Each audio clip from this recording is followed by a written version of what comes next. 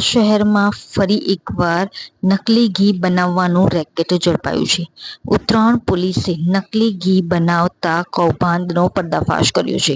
ઉમરા વેલંજા વિસ્તારમાં આવેલ અવસર પ્લાઝામાં દુકાન નંબર 108 અને 106માં નકલી ઘી બનાવવાનું રેકેટ ચાલતું હતું. પોલીસે બાતમીના આધારે રેડ કરીને નિહાર મોવલિયાની ધરપકડ કરી છે.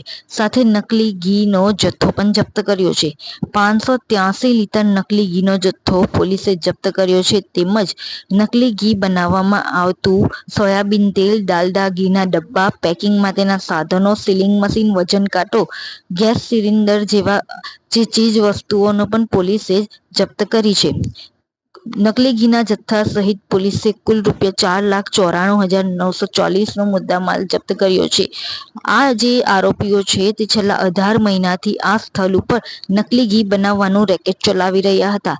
નિહાર મોવલિયા જે આ ઘીનું સેલિંગ તથા સપ્લાયનું કામ કરે છે, જ્યારે પિયુષ સાંઘાણી નામનો જે ઈસમ છે જે આ મેન્યુફેક્ચરિંગનું યુનિટ સંભાળતો હતો, જે હાલ પોલીસ પકડથી દૂર છે.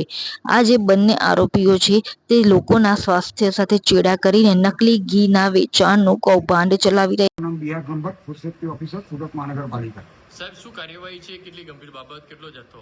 હાલમાં પવિત્ર રમઝાન માસ ચાલુ છે, તેથી માનનીય કમિશનર સાહેબથી, માનનીય ડેપ્યુટી કમિશનર સાહેબ, રિજન ઓફિસર સાહેબથી અને માનનીય આરોગ્ય અધિકારી સાહેબ તરફથી ફૂડ ડિપાર્ટમેન્ટને સૂચનાઓ આપવામાં આવે છે કે સુરત શહેર વિસ્તારમાં ફૂડનું વેચાણ કરતી, ઉત્પાદન કરતી તમામ સંસ્થાઓની સઘન તપાસ કરી અને નમૂનાઓને પૃથ્થકરણ સારું લેબોરેટરીમાં મોકલી આપવાનું. ગત રોજ અમને માહિતી મળે કે 106-108 અવસર પ્લાઝા, ઉમરા વેલંજા રોડ, વેલંજા સુરત ના સ્થળે આવેલ ટાટા ડેરી પ્રોડક્ટ નામની સંસ્થામાં શંકાસ્પદ ઘીનું ઉત્પાદન થઈ રહ્યું છે. જેથી અમારે ત્યાં તપાસ કરી અને 2 નમૂનાને પૃથ્થકરણ સારું લેબોરેટરીમાં મોકલી આપવામાં આવે છે. તેમજ ત્યાંથી 582 કિલોનો જથ્થો સીઝ કરવામાં આવે છે.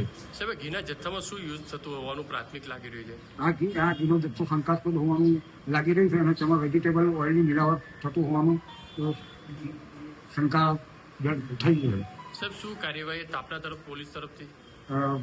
અમારા તરફથી ફૂડ સેફ્ટી સ્ટાન્ડર્ડ એક્ટ પ્રમાણે કાર્યવાહી કરવામાં આવશે. તેમજ પોલીસ તરફથી તેમના કાયદા પ્રમાણે આગળની કાર્યવાહી કરવામાં આવશે.